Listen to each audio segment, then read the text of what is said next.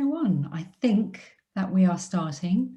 I'm Sarah, and I'm really pleased to welcome you this evening to the Somerville London Group event, and especially to welcome Clara.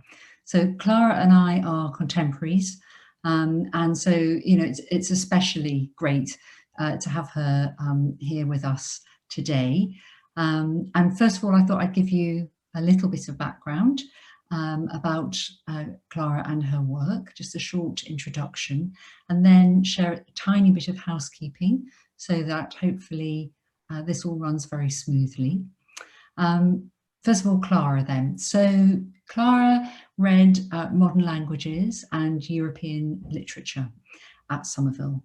And after that, she taught for some years at the Goethe Institute, changed careers, went off into equities sales and insurance specialist sales at UBS.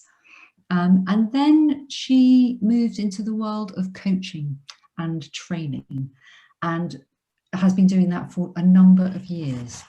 And I think for me, what sets what Clara does apart from, the sort of many people out there offering training is that she has this foundation in neuroscience, and this underpins her work.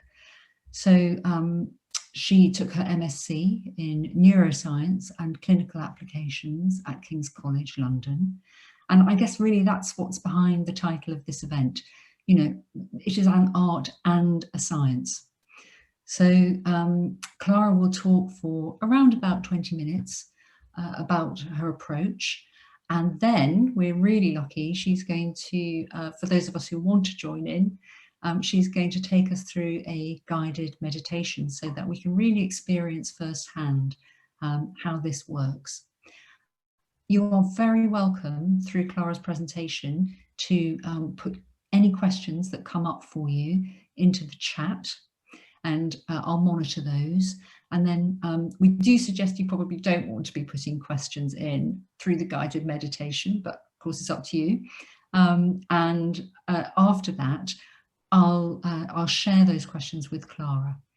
We at the moment are recording this event, but you are all automatically hidden and muted.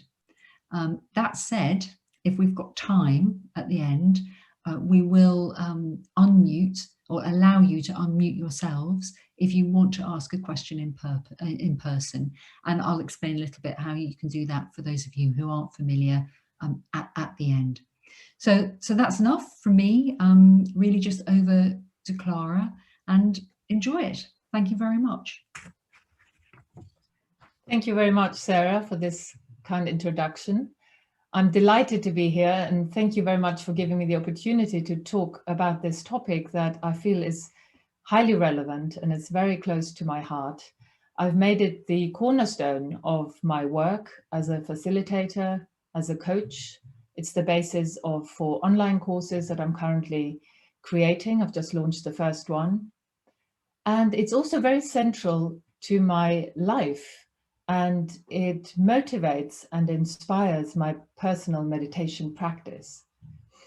So the reason I find this so relevant is that, oops, it's got stuck here.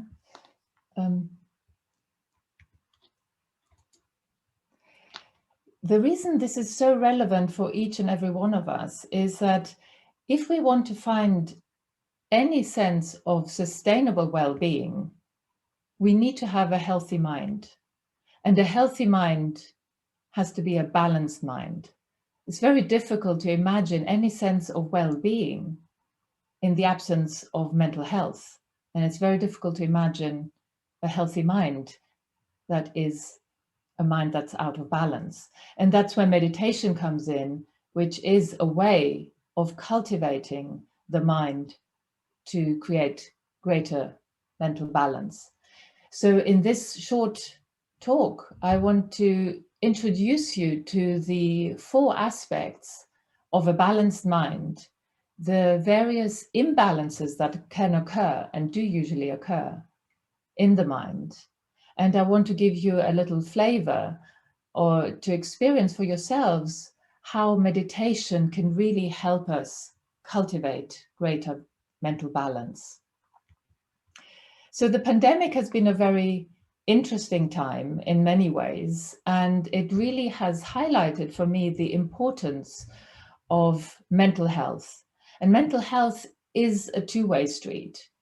And what tends to be emphasized is the effect that external circumstances like the physical isolation we've experienced, the health concerns and worries or disease, financial concerns and worries, the loss of freedom of moving around freely, and a lack of distractions, the usual entertainment, the pleasures that we can get from the outside world, have been severely curtailed. And this has a huge impact on our mental health, as I'm sure everyone has experienced for themselves. But what's not so often emphasized is that the other side of the coin, and it's the mind that we are bringing to the situation. And to what extent has this mind and the state of our mind, the quality of our mind, actually has a really strong effect on the perception of reality, how we feel about being in the world, our sense of suffering, and our sense of well-being. And so the interesting question here for me is, why are we vulnerable to suffering in the first place? Is suffering really just a function of the stressors that we are exposed to, the severity of the stressors, the external circumstances? It's beyond doubt that external triggers can catalyze a sense of unhappiness and suffering. But a catalyst is not the same as a real cause. And so I think we're all aware that not everybody suffers in the same way in the face of the same circumstances and stressors. And even if we adjust for differences in gender, age, race, socioeconomic differences, people react in different ways to the same situation. And the crucial distinction, I think, is the state of the mind that we're bringing to the situation. And so I would say that we are vulnerable to suffering to the extent that our mind is out of balance. And so this is not to point fingers or to blame anyone. I think we are all somewhere on this spectrum. It's not a binary situation of either being out of balance or having a balanced mind. I think we are all suffering from different imbalances, and different imbalances at different times. And it's a matter of where we are on this spectrum, and the suffering that we experience to the extent that our mind is out of balance. And that's where meditation can really be very beneficial, if not indispensable, in helping us cultivate a more balanced mind, as I hope to demonstrate to you tonight.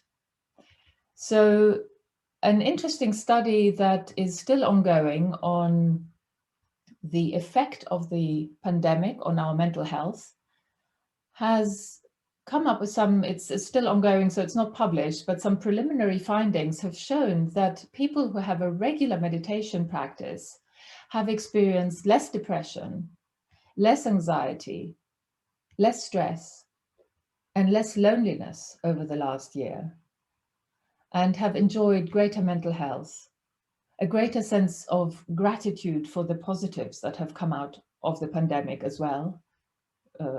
Lessening of pollution, greater social connections with close family and friends, and a greater sense of meaning. And I think this is a case in point that through the cultivation of the mind in meditation, we're able to deal with reality in a very different way. We're bringing a different mind to the situation that helps us experience greater mental health and well-being.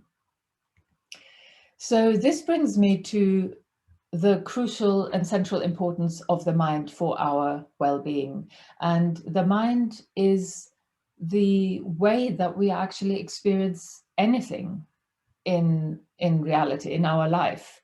We have 6 doors of experience, the 5 physical senses, and then we have the mind. And the mind is, of course, implicated in the 5 physical senses as well. It's through the mind that we perceive. It's through the mind that we experience the world. And so the mind can be broadly categorized as having 4 functions. And in all these 4 functions, we can experience imbalances. There are 3 types of imbalance. So we can have a deficit, too little. We can have an excess or a hyperactivity, too much, or we can have a dysfunction. And all of these will make us prone to suffering and will make us unhappy. So the first function of the mind has to do with our desires and aspirations. And I put this in the form of a question, so I invite you to reflect for yourselves what that means for you, what comes up when I ask the question, what do you desire and what are you attached to? We can have too little desire. That's an imbalance. And that's when we're depressed, for example, and there's just an absence of desire. Nothing actually makes us want to get out of bed. But we can also have too much desire, an excess of desire, where the desire is so strong that it completely obscures the reality of the present moment.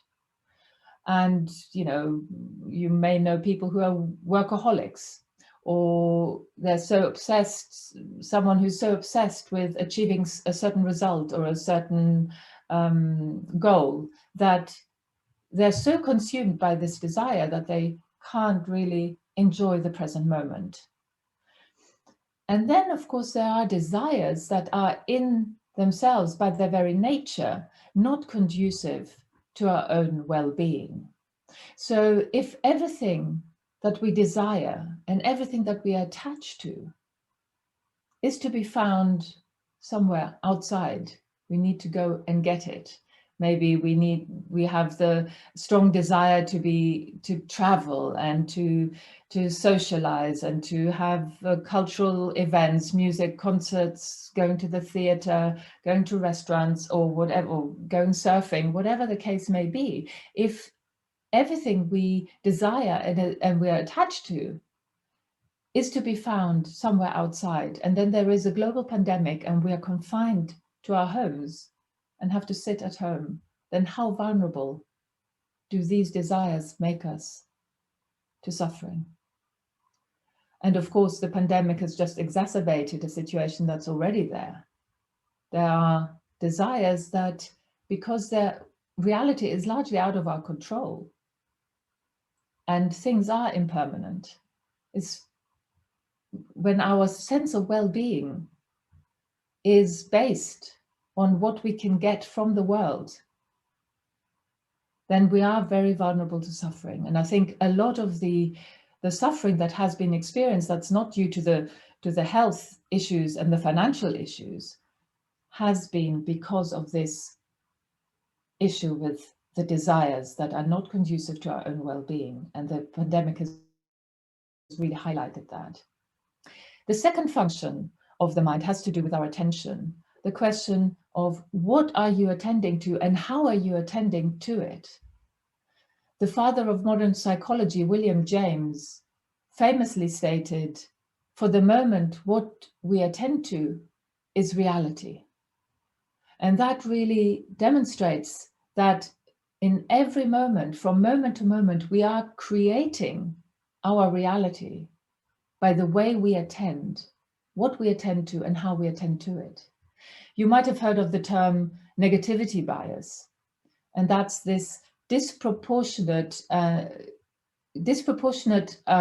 overemphasis on negative events, negative stimuli. And it's when our attention is skewed in one way. And of course, in the pandemic, we had lots of opportunity to feed our negativity negativity bias, which is, of course, has evolutionary reasons, because it's more relevant for our survival to pay attention to the negative stimuli out there that may threaten our survival. And so if we just follow the negative news flow and we get so consumed and absorbed by that, we are very prone to suffering. And this can, in and of itself, lead to depression. But our attention is also prone to other imbalances. We can have an attention deficit or an attention hyperactivity. And I don't mean these in the clinical sense. I don't have expertise in that, but from a meditator's point of view, attention deficit is when we have a loss of mental clarity and our mind is dull, is drowsy, lethargic, sleepy. And we do have that when we are very sleepy. Maybe we can't read we're reading a book and our mind is so dull that it's just not able to focus. Or we can have the attention hyperactivity, which is when our mind gets carried away with any thoughts, memories, images, or sensory stimuli that come up in our awareness. There may be notifications on our computer, for example. I mean, I think we all have that these days, that it's very easy to get distracted. And this hyperactivity is that our mind gets distracted and carried away, and there we are mind wandering, and often we are ruminating. And ruminating, of course, has a negative valence and is actually also a feature of depression. That this mind wandering, which has been shown by neuroscience to be a default state. So whenever we're not doing anything, we tend to mind wander to the past, the future, and start telling ourselves stories. And when we do that, it's not experienced as a very pleasant state. So that makes us vulnerable to suffering. And studies have shown that almost half of the time we are mind wandering. And it doesn't really matter what the mind wandering is about. And it doesn't matter what we're currently doing, if that's unpleasant. The fact that we are not present with what we're doing is not experienced as a positive state, as a pleasant state. So the third function of the mind has to do with our perceptions of reality. And the question here is, how objectively do you perceive reality? How often do we actually superimpose onto reality something that isn't there? Our projections, our anxieties, our desires, our fears, our biases, our prejudices. And then we conflate what we're projecting onto reality with what's actually presented to our awareness. And this is a sort of cognitive hyperactivity. An example from the pandemic is conspiracy theories. We've all heard them. That's a sign of projecting something onto reality that isn't there, at least it's not founded, it's not based on any facts. And then we're confusing, or people who do this, confuse what is really there with what they've projected onto it.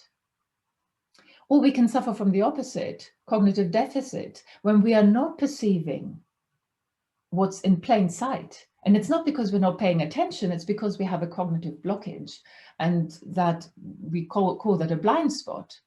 And there are other biases here as well at work. But that's another example for this is a pandemic-related example is denying the severity of the coronavirus. And we've all seen examples of that in the news. So that will be not a cognitive bias that doesn't allow us to see what's really there. And then, of course, we can have a mixture of the two, which leads to distortion and misapprehension of reality.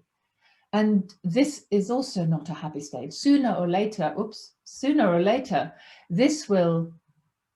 reality will give us a wake-up call, or we'll get into conflict with others who disagree or who have a different view.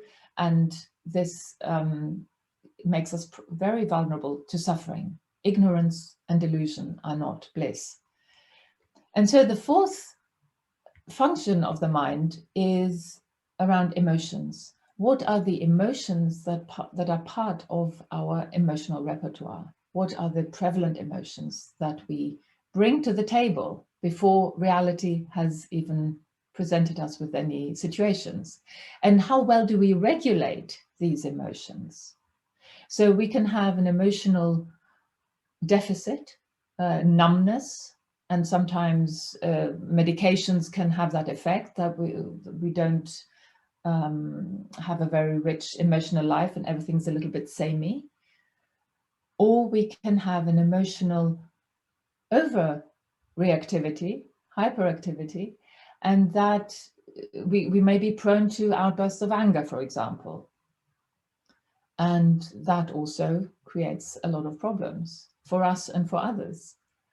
But then there are emotions that are in and of themselves, by their very nature, afflictive, not conducive to our own well-being. They can be toxic. For example, if we are prone to feeling a lot of hostility, hatred, aggression, contempt towards others, then this is a state of mind that actually is very toxic to ourselves before we even act it out and affect others with it.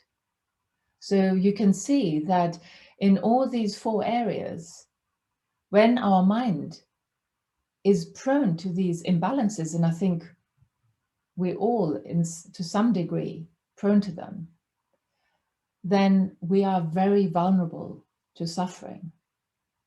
And it's our mind that's out of balance, and that's why we are prone to suffering. And then reality hits and triggers it, and then we get the full-blown catastrophe.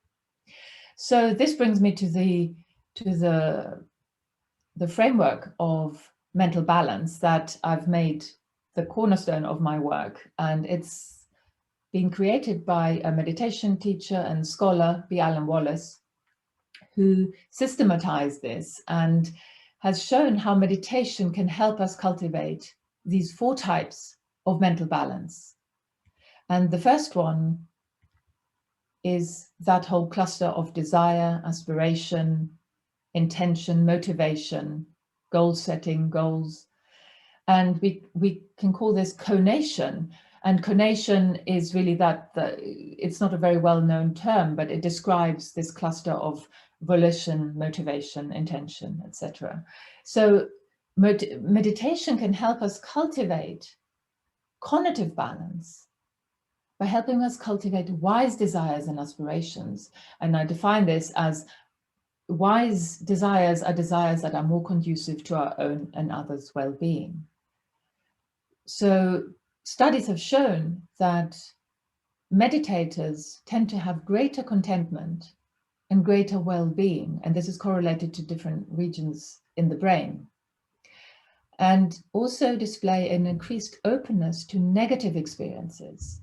And this is because when we meditate, we reorient our desires and aspirations from what we can get from outside, what we can get from out there, from the world, from other people. And we reorient ourselves to what we want to cultivate from the inside. We want to cultivate our mind. We want to cultivate aspirations that are more conducive to our own well-being and to that of others, like loving kindness, like compassion, equanimity, impartiality, joy.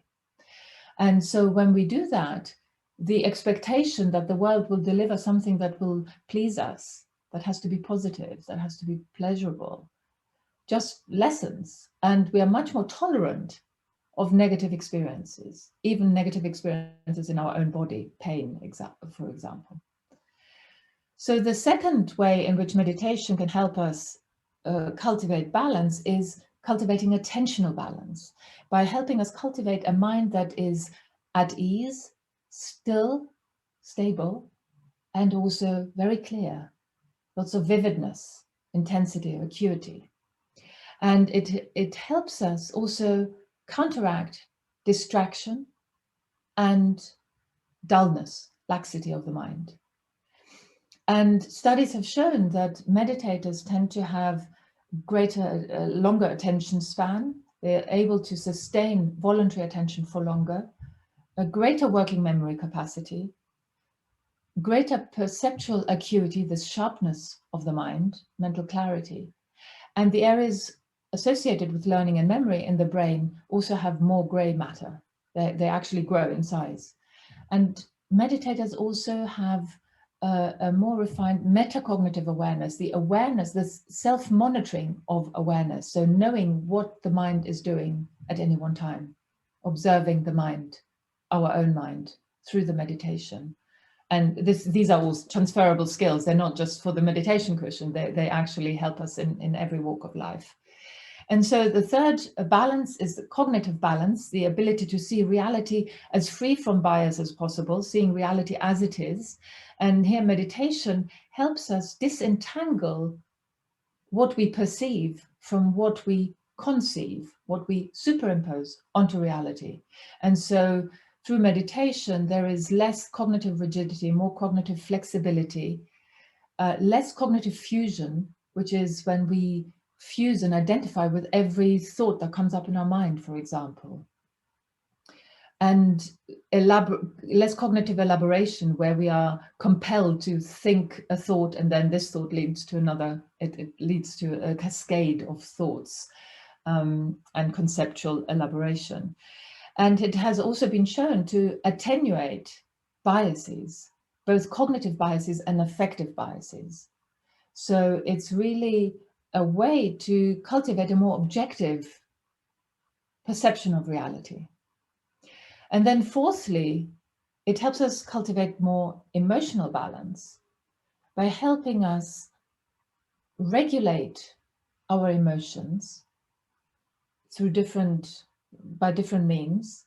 And studies have indeed shown that experienced meditators can shift their emotion regulation strategy away from the reactivity of reacting to everything that comes our way, that pops up in our awareness in a knee-jerk or fight or flight type of way, and moving towards a more considered, a calm, collected response of choosing the right response, because we put a pause, a gap between the stimulus and the response. And meditation helps us do that. So experienced meditators are more able to downregulate emotions and the area of the brain that is correlated to that, which is the amygdala, which is the center of our fight or flight response, and also the center of fear. And so it's been shown that through meditation, one can downregulate with the use of the prefrontal cortex, which is the executive center of the brain, with rational thought and abstract thinking and strategic thinking and all the higher functions of the brain. They can downregulate this arousal in the amygdala. And very experienced meditators don't even need to do that, because they don't get triggered in the first place. So the more one practices, the less need there will be for active downregulation of afflictive emotions.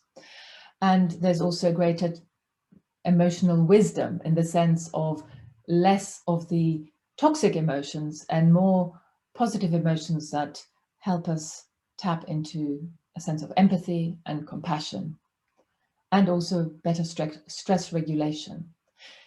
So this is a kind of quick tour through a balanced mind, the imbalances, and how meditation can help us create greater mental balance.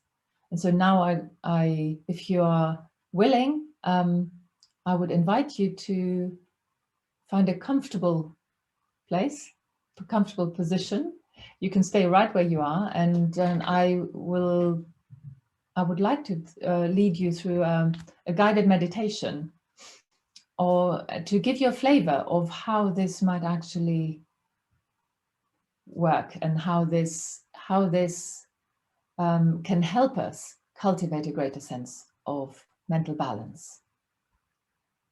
So find a comfortable place, and I will set a little timer here with a gong, which helps us get settled.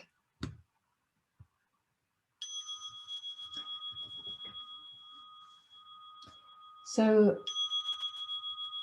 as you listen to the chime, I invite you to drop your shoulders, have your feet flat on the floor, And let all the muscles in your face relax. And as we settle into this meditation, I invite you to arouse your most meaningful motivation for this practice. The aspiration to bring about a greater sense of genuine well-being for yourselves, for all those that you care about, by cultivating, by balancing, and by healing our minds. And with this aspiration, I invite you to let your awareness descend. You might have this sense that your awareness is located up in your head, which is full of concepts. But this is, of course, an illusion, albeit a very persistent one. So I invite you to let your awareness descend right down into your body. And like a feather floating down and lightly landing in those tactile sensations where your body is in contact with the surface that's supporting you, the chair, the sofa, the floor. You can close your eyes or you can leave them open.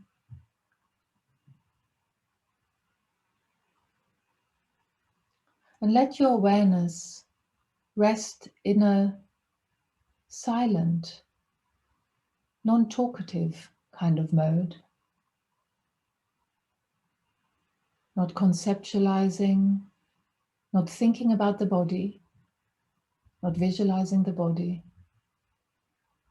but resting in a non-conceptual way, witnessing the sensations that arise in this tactile field.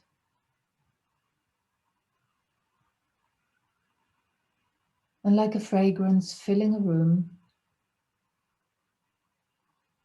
let your awareness suffuse the entire space of your body,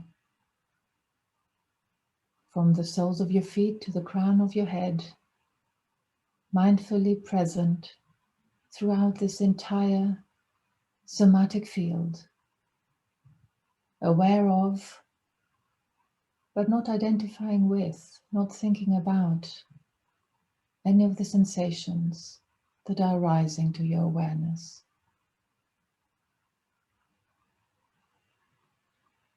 Let your body relax with each out-breath. Let go of any tension, any tightness, any constriction that you feel in your body. Deepening your sense of relaxation with each out-breath. Settling the body in a state of comfort, ease, and relaxation. And the more relaxed you are, the easier you will find it to remain still without any unnecessary fidgeting, moving around.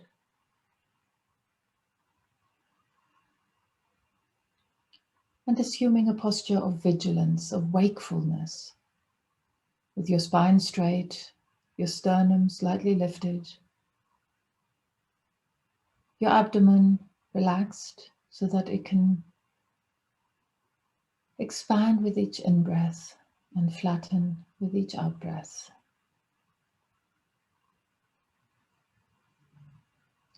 This is how we settle our body in a state of ease, of stillness,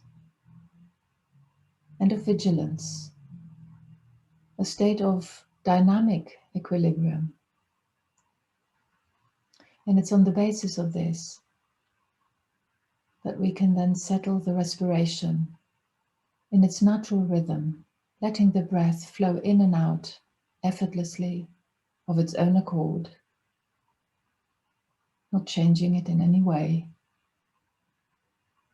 whether it's long or short, deep or shallow. Let your body breathe without intervention, egolessly, as if you were in deep dreamless sleep. If any thoughts arise and carry you away, then with each out-breath,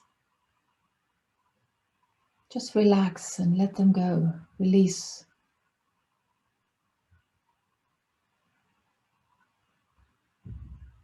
Relaxing and releasing with each out-breath. Letting thoughts, memories disperse. Returning your mind to silence.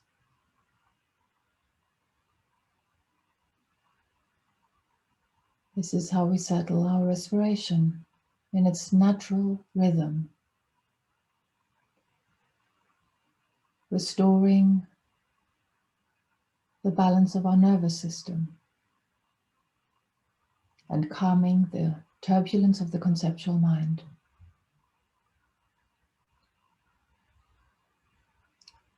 Then we settle our mind in its natural state by releasing any thoughts about the future or the past, any cares or concerns, any hopes or fears that keep us in this endless cycle of anxiety. For the brief duration of this session, just let it all go. Release it and let your awareness settle in its own place, not directed outward, not directed inward, resting in its own place, holding its own ground. It's in this absence of grasping that awareness can settle naturally in the stillness of the present moment.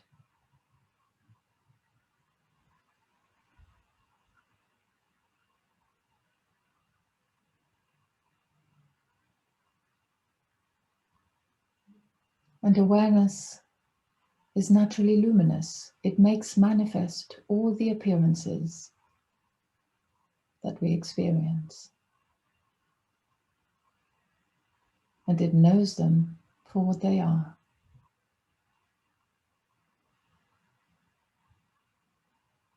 And so from this stillness, from this vantage point of stillness, I invite you to open your eyes to the visual field and see what appears in the visual domain.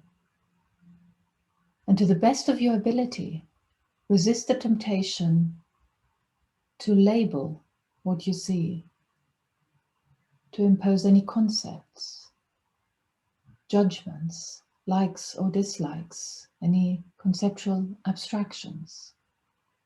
In the scene, let there be just the scene. Visual perception only perceives shapes and colors. So let your awareness be naked, unelaborated, and just see what you see. Then close your eyes and direct the light of your awareness to the auditory domain, the space of experience where sounds arise. And to the best of your ability, observe the sounds themselves, not investigating who or what made the sounds, what the sounds are about, not labeling them, not judging whether you like them or not, but really observe the raw sensations of the volume, the pitch, the pace, the rhythm. If you catch yourself thinking about the sounds or getting carried away, then notice that this is a conceptual overlay. this is a distraction. And without any judgment, release it and return to the naked observation of the sounds themselves. In the herd, let there be just the herd, as free from superimpositions as possible. Then let go of sounds. Return to the stillness of your awareness, resting in its own place. And from this vantage point, I invite you to direct the light of your awareness to the tactile domain, the space of the body, and see what arises to your awareness. The different sensations, the fluctuations of energy, the feelings of comfort or discomfort that arise in your body. And to the best of your ability, resist the temptation to think about what you're perceiving, to identify with it. Sensations in your body are no more yours than the sights you saw and the sounds you heard. So see if you can release any sense of identification with my body, my feelings. Simply observe these sensations as appearances that arise, stay a while, and disperse.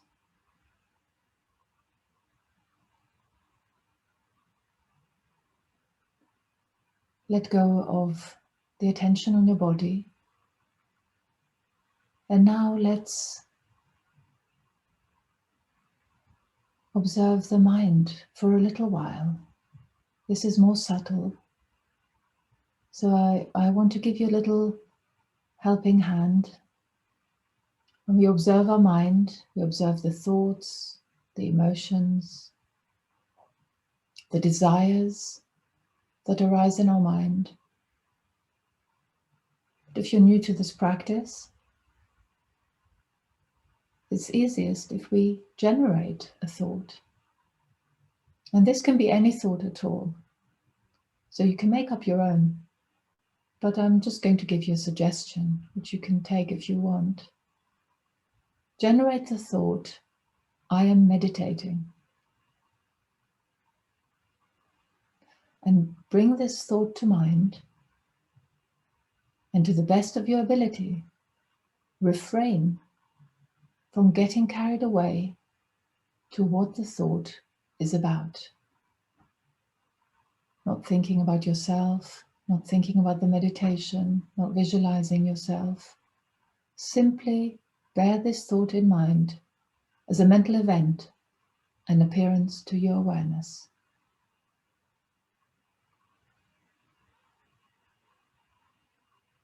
Not identifying with it, not getting carried away. At some point, this thought will evaporate. It will return to the space of the mind from which it arose, and other thoughts will come up, and feelings, emotions. And to the best of your ability, in this practice, we practice observing whatever comes up in our mind dispassionately, without getting carried away and without identifying with it.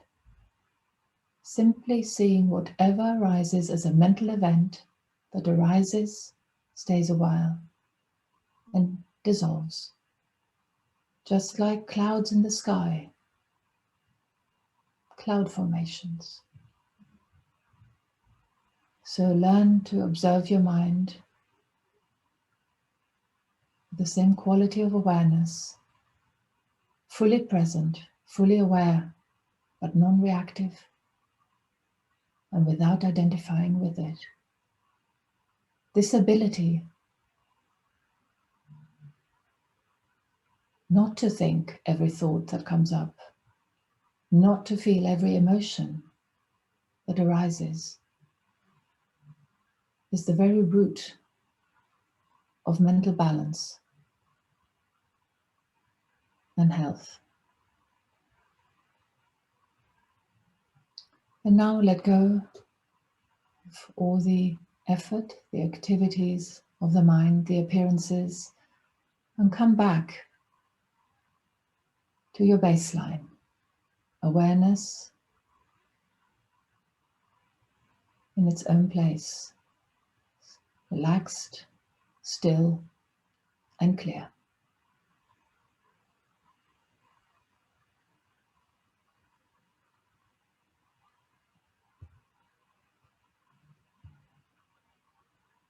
In your own time, you can come back to the room, open your eyes.